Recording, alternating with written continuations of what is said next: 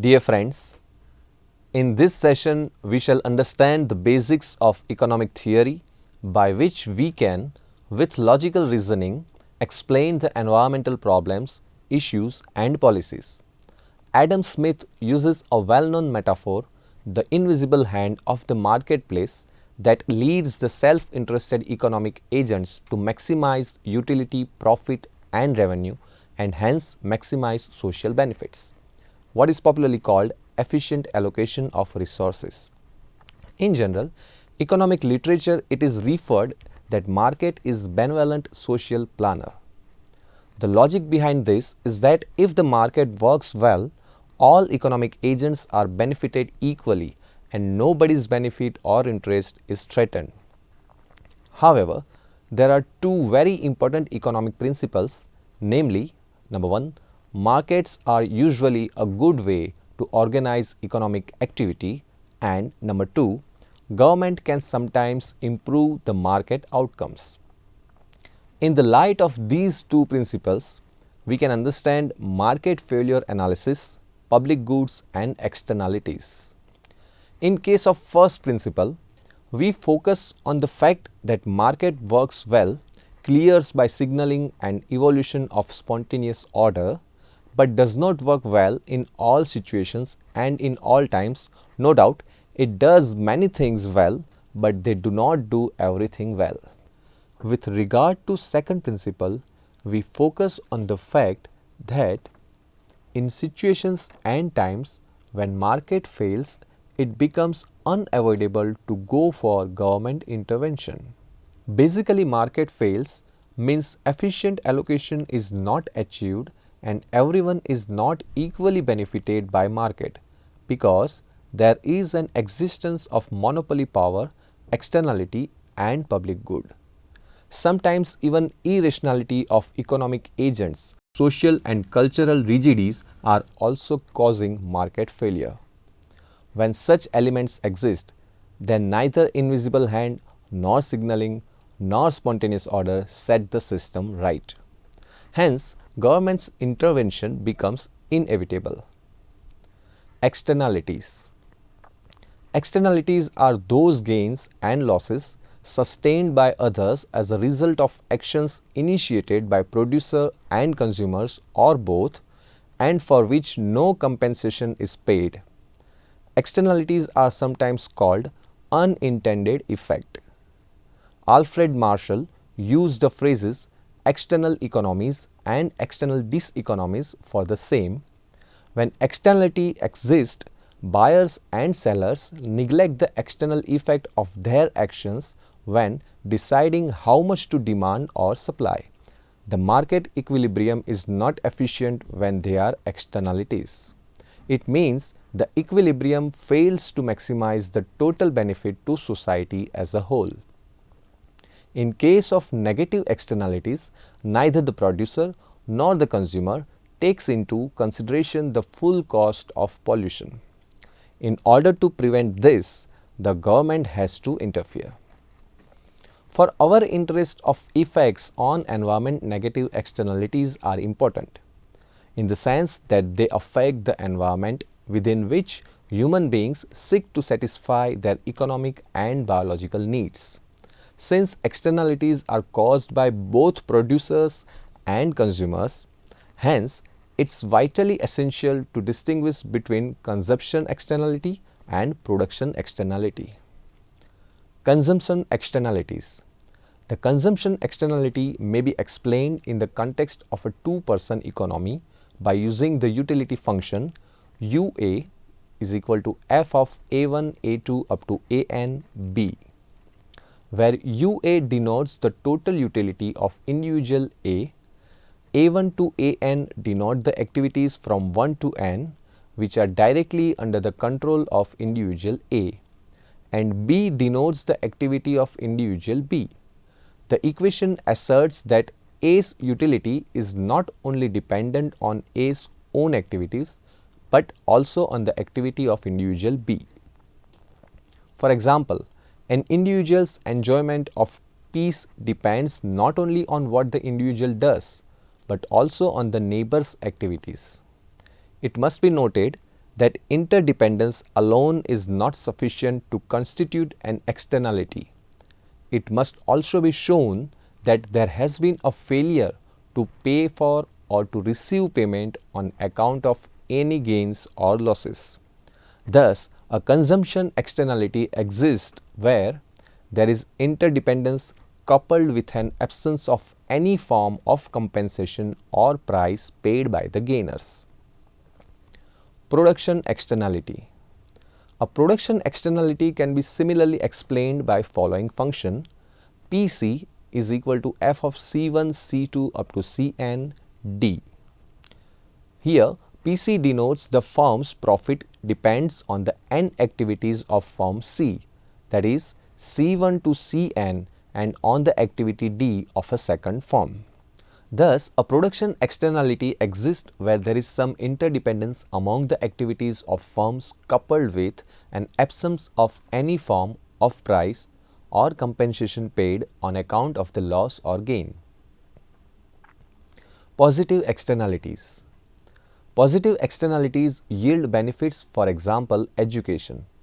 The consumer of education becomes more productive worker and gets higher wages. Moreover, educated population leads to more informed voters and gives better government for everyone. More educated population tends to lower crime rates. Besides this, more educated population may encourage the development and dissemination of technological advances, leading higher productivity and higher wages for everyone. The positive externalities can be explained with the help of this diagram. In the figure, the demand curve does not reflect the value to society of the good, because the social value is greater than private value. The social value curve lies above the demand curve. The optimal quantity is found where the social value curve and supply curve intersect. Hence, the socially optimal quantity is greater than the quantity determined by the private market. The government can correct the market failure by inducing market participants to internalize the externality. To move the market equilibrium closer to the social optimum, a positive externality requires a subsidy. The government follows the right course. Education is heavily subsidized through public schools and government scholarships. Examples of positive externalities. Number 1. Restored historic buildings convey a positive externality because people who walk or ride by them can enjoy the beauty and the science of history that these buildings provide. Number 2. Research into new technologies provides a positive externality because it creates knowledge that other people can use. Number 3. Developing public utilities of different types and healthcare measures by government impart positive externality. Welfare economics. Externalities have welfare consequences. Hence, it is essential to understand that how in the absence of externalities with ideal functioning of market give allocative efficiency and everyone in the society is benefited. This can be understood with the help of following diagram, where in the demand curve of particular commodity shows the value to the consumer and the supply of a commodity shows the cost to the producer. The Q market is in equilibrium, quantity produced and consumed are equal. It is efficient in the sense that it maximizes the sum of producer and consumer surplus. That is, the market allocation of resources maximizes the total value to the consumer and the total cost to the producers. In the absence of externalities, therefore, the market equilibrium is efficient. Negative externalities. Negative externalities are the main source of environmental degradation. A chemical industry emits pollution for each unit of its product produced. A certain amount of smoke enters the atmosphere. It adversely affects the health of the people, those who breathe the air, so it is a negative externality. we want to understand that how does this externality affect the efficiency of the market outcome. When such externality exists, the cost to society of producing chemical product is larger than the cost to the producer of chemical product. For each unit of chemical product produced, the social cost includes the private cost of the chemical product. The social cost includes the private cost of the chemical product producers plus the cost of those bystanders affected adversely by the pollution. The diagram shows the social cost of producing chemical product. The social cost is above the supply curve because it takes into account the external cost imposed on society by the industry. The difference between these two curves reflects the cost of the pollution emitted. In this condition, the question that arises is what quantity of chemical product should be produced. The benevolent social planner, the planner would like to choose the output level where cost to the producer is equal to value to the consumer, so that the maximum level of output is maintained. In the presence of negative externality, the cost of the producer would exceed the value to the consumers. Note that the equilibrium quantity Q market is larger than the socially optimal Q optimum. This inefficiency occurs because the market equilibrium reflects only the private cost of production. Here, the social cost exceeds the marginal value to the consumer. Hence, at the Q market, the demand curve lies below the social cost curve. The use of such a tax is called internalizing the externality because it gives buyers and sellers in the market an incentive to take into account the external effects of their action. Example of negative externalities. Number 1. The smoke discharged by automobiles pollutes the air and causing health problem for the society. Number 2. The chemical industry discharges chemical water that flow in the river, killing fishes and resulting in the loss of livelihood of a fisherman. Number 3. Barking dogs in the street create negative externality. Even your private barking dog disturbs your neighbor and locality and leads to noise pollution. In brief, externalities, positive or negative, can run from production to production and from production to consumption. In addition, they can run from consumption to production and from consumption to consumption.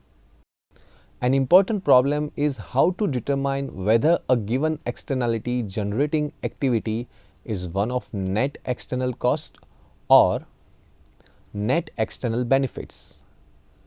Broadly speaking, if the externality leads to a net increase in the total of consumer and producer surplus, it can be said to be positive externality, and in that case, state action might be called for to encourage it. Conversely, if the externality leads to a net reduction in the total of consumer and producer surplus, state action may be called for to arrest it or even to ban it completely. The figure shown here can make it clear how firms and consumers may generate and be affected by externalities.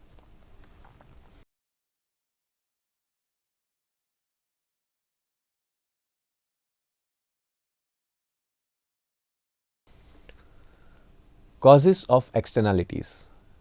Number 1. Interaction between the economic system and the environment. Economic agents extract and exploit resources from the nature. The resources are then returned to the environment as waste. Externalities arise because the environment has only a limited assimilative capacity as a waste disposal sink. Number 2. Lack of developed markets. Market for some environmental resources, however, is non-existent. For example, there is no market for fresh air. In other instances, markets do not take account of the full social cost to future generations. For instance, markets for non-renewable resources like oil, coal and copper. Glaring deficiencies exist in the markets for waste disposal. Number 3. Property rights.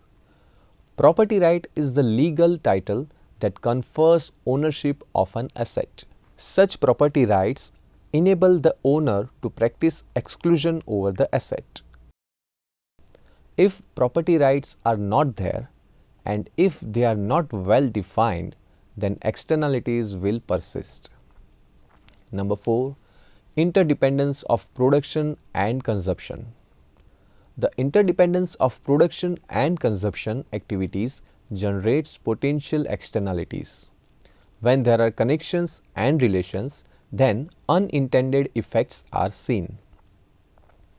Public policies toward externalities or dealing with externalities. Throughout our discussion on externalities, we have seen that they lead to inefficient allocation of resources. However, this inefficiency can be remedied. In practice, both public policy makers and private individuals respond to externalities in various ways. All the remedies share the goal of moving the allocation of resources closer to the social optimum. The government can respond to externalities in two ways. Number 1.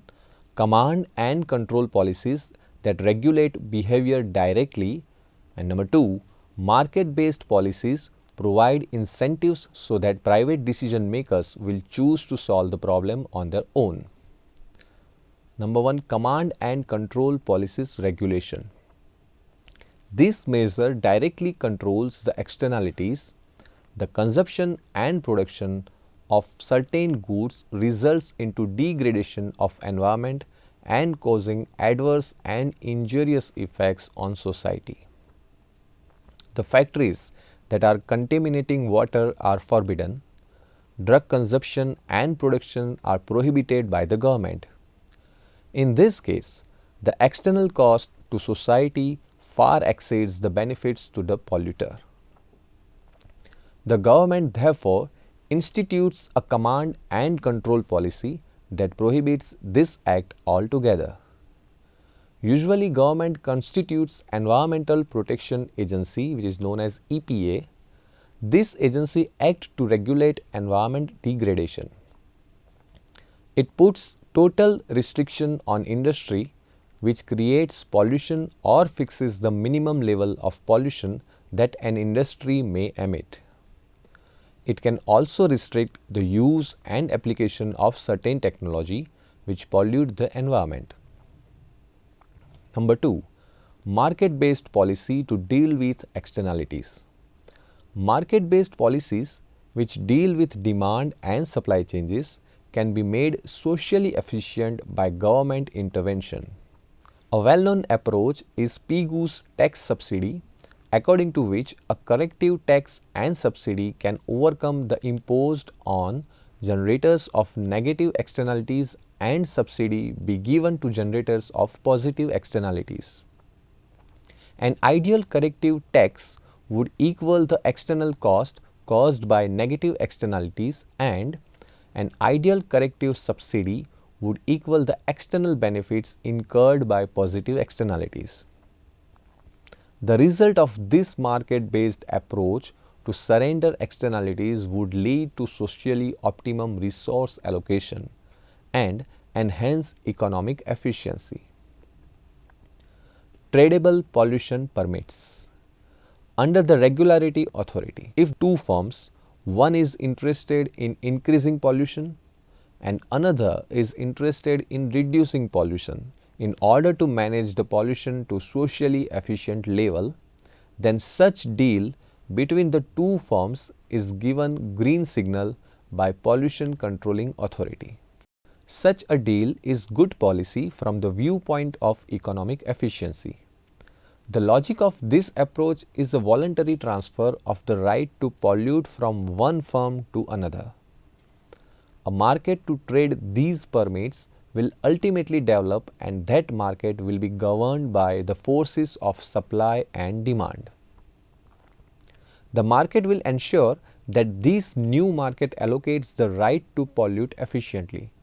The firms which can reduce pollution at a low cost will sell whatever permits they get, and firms that can reduce pollution only at a high cost will buy whatever permits they need. As long as there is a free market for the pollution rights, the final allocation will be efficient regardless of the initial allocation. Bargaining solution, Coase theorem. According to the Coase theorem, if property rights are well defined, then governmental intervention to tackle problems caused by externalities may not be required. Instead, voluntary bargaining between the affected parties may lead to efficient outcome. To put it differently, according to the Coase theorem, if private parties can bargain over the allocation of resources at no cost, then the private market always solves the problem of externalities and allocate resource efficiently. Revealing close inspection on this theorem, it can be inferred that it is based on following assumption. Number 1, property rights are well defined. Number 2, there is either no transaction cost or the transaction cost is negligible.